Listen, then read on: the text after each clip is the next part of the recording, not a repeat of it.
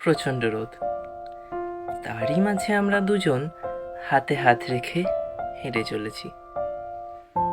রৌদ্র তাপে দুজনেই ক্লান্ত।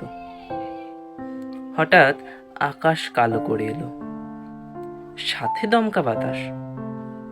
ভয় না পেয়ে তুমি ছুটলে কৃষ্ণচূড়ার ফুল কুড়োতে, আর আমি ছাতা হাতে পেছন পেছন।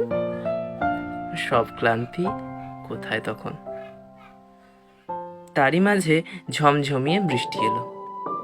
তুমি ছুটে এসে ঢুকলে ছাতার তলায়।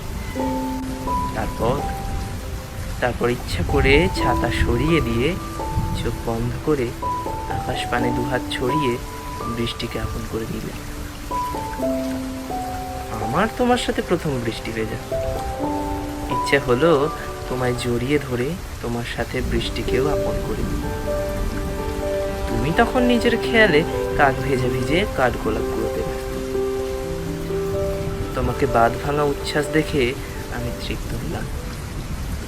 আর ক্লান্তি, সে তো কখন বৃষ্টির জলে চাপা পড়েছে। এরপর হয়তো ইচ্ছায় অনিচ্ছায় তুমি আর আমি অনেকবার ভিজব। তবুও প্রথম বৃষ্টি ভেজার অনুভূতিটা কি আর সেদিন পাবো? আর নাই ভেবে, না হয় সেদিন নতুন করে আবার নতুন কোনো গল্প লিখবো।